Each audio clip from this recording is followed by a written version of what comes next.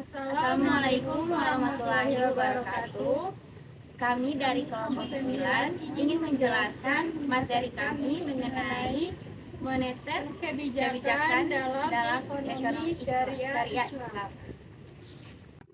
Perkenalkan, nama saya Yasmina Dia Putri. Di sini saya akan menjelaskan materi yang pertama, yaitu sejarah moneter Islam.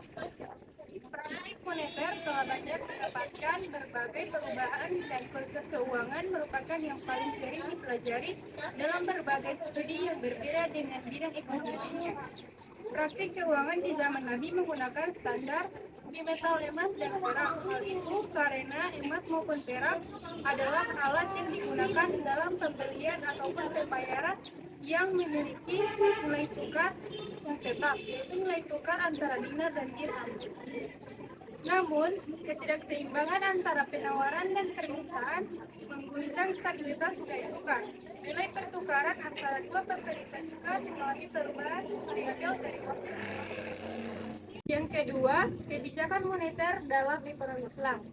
Moneter dalam ekonomi Islam juga tidak hanya menekankan pada equilibrium atau antara permintaan dan penawaran uang, akan tetapi juga untuk mengupayakan terjadinya pemerataan yang keadilan.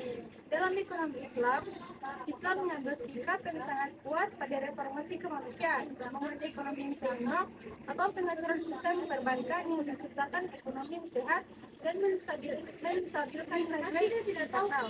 Tujuan utama kebijakan moneter syariah di sini lebih berfokus pada menjaga agar tetap beredar.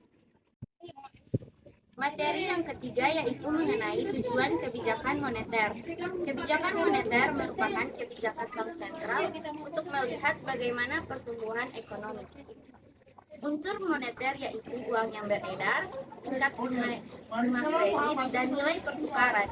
Dalam mencapai misi perekonomian suatu negara, tujuan dari kebijakan moneter dalam Islam ini tidak berbeda dengan tujuan kebijakan moneter konvensional, yaitu untuk menjaga stabilitas mata uang, pencapaian instrumen keuangan yang terverifikasi, mata likuiditas, transparansi sistem keuangan, dan mekanisme pasar yang efektif sehingga pertumbuhan ekonomi di suatu negara yang diharapkan dapat tercapai.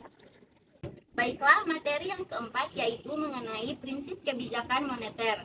Kebijakan moneter dalam ekonomi Islam harus bebas dari unsur yang berbau dan riba dan bunga bank. Dalam Islam, riba yang termaksud di dalamnya bunga bank yang sangat diharamkan secara tegas dalam Al-Quran. Dan manajemen moneter dalam ekonomi Islam didasarkan pasal prinsip bagi hasil. Kebijakan moneter dalam Islam berdasarkan pada prinsip-prinsip dasar ekonomi sebagai berikut. Yang pertama, kekuasaan tertinggi adalah hak milik Allah Subhanahu wa taala. Yang kedua, manusia ialah pemimpin di bumi, namun mereka bukanlah pemegang sejati. Yang ketiga, segala sesuatu yang diperoleh manusia merupakan atas izin Allah. Yang keempat, tidak boleh menumpuk kekayaan.